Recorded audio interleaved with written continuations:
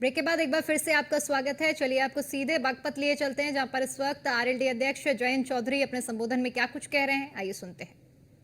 आपने चलाया तो मैं मंच के माध्यम से आपको धन्यवाद और बधाई देता हूं। आपका बहुत बड़ा योगदान बीजेपी के कार्यकर्ताओं का आज के कार्यक्रम में भी है और हम सबको सीखने का अवसर मिल रहा है। आज हमारी साझी लड़ाई है, ये साझा मंच है और देश के लिए हम लोग एक हुए। मैंने हमेशा सीखा, चौधरी अजीत सिंह जी को बहुत करीब से आपने देखा है, उनके निर्णय को आप बेहतर समझते थे, उनके हर फैसले को निभाने में आपने कभी कोई कसर नहीं छोड़ी।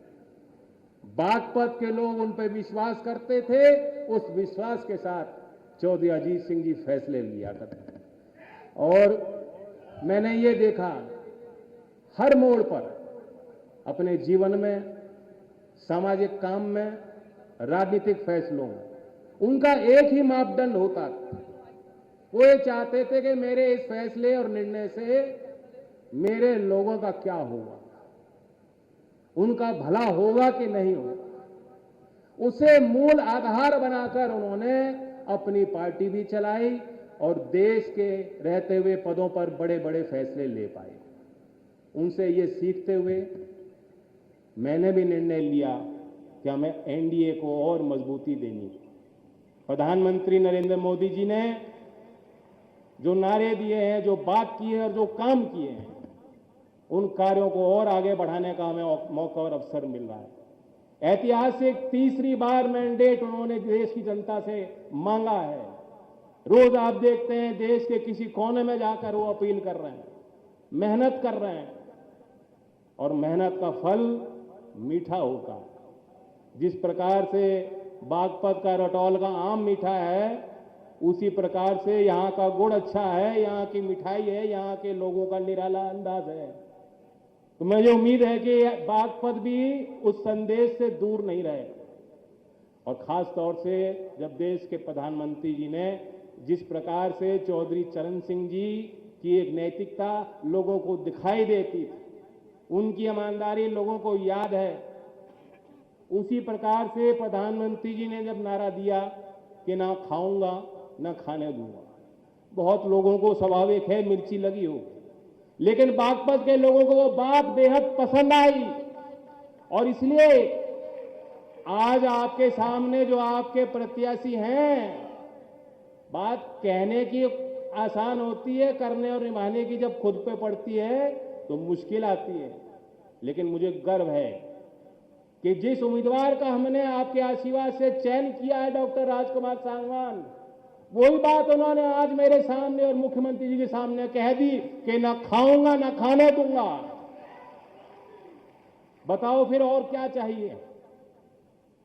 हमने जो सीखा है, चौधरी चरण सिंह जी कहते थे कि मतदाता को क्या करना है, मतदाता का धर्म क्या है, वो देखे मेरे नेता की और मेरे उम्मीदवार की नैतिकता क्या है, नीतियां क्या हैं, नियत साफ है कि नहीं।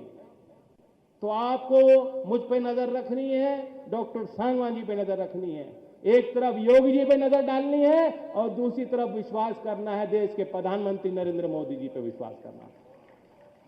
नियत हो और नीति हो साफ दिखाई दे रही है कि नहीं दे रही है। सुस्त हो, पहली मीटिंग है सुबह की, सुस्ती निकालो। थक गए क्या? दिख रही है नियत और नीति।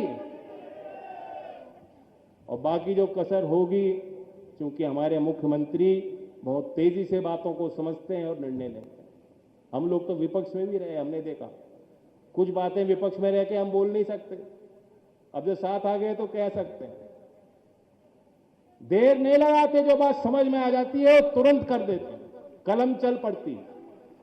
चौधरी चरण सिंह जी के कार्य प्रणाली, चौधरी चरण सिंह जी का जो विजन था भारतीय समाज के लिए, भ्रष्टाचार तो एक मुख्य बिंदु था कि भ्रष्टाचार मुक्त समाज का निर्माण कैसे हो। जातिवाद के खिलाफ वो खड़े होते। और खबरों में आगे बढ़ते हैं, बात करते हैं लखनऊ की, जहां पर पेपर मिल कॉलोनी में महिलाओं को कार से रौंदने का मामला सामने आया है। मामले का संज्ञान लेकर परिवहन विभाग सख्त नजर आया है और इसी कड़ी में आपको बता दें कि किशोर का 25 वर्ष तक ड्राइविंग लाइसेंस नहीं बनेगा। मोटर वाहन अधिनियम 1988 के तहत कार्रवाई की जाएगी और ड्राइविंग लाइसेंस का आवेदन ऑनलाइन पोर्टल पर भी स्वीकार नहीं होगा। बेकाबू कार ने लखनऊ में ली थी 2 महिलाओं की जान और इसी के बाद ये कार्रवाई सामने आई है।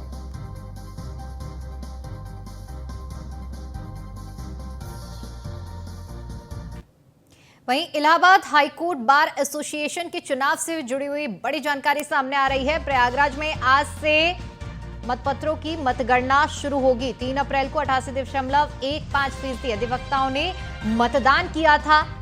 चुनाव कमेटी ने सभी प्रत्याशियों से अपील की थी, कहा था कि वे खुद या उनके प्रतिनिधि मतगणना के दौरान मौजूद रहें। चुनाव अधिकारी वरिष्ठ तिवारी और चंदन शर्मा ने जानकारी दी है। तो 3 अप्रैल को मतदान हुआ था और अब मतगणना हो रही है। मतपत्रों की मतगणना की जा रही है। प्रयागराज से जानकारी आ रही है।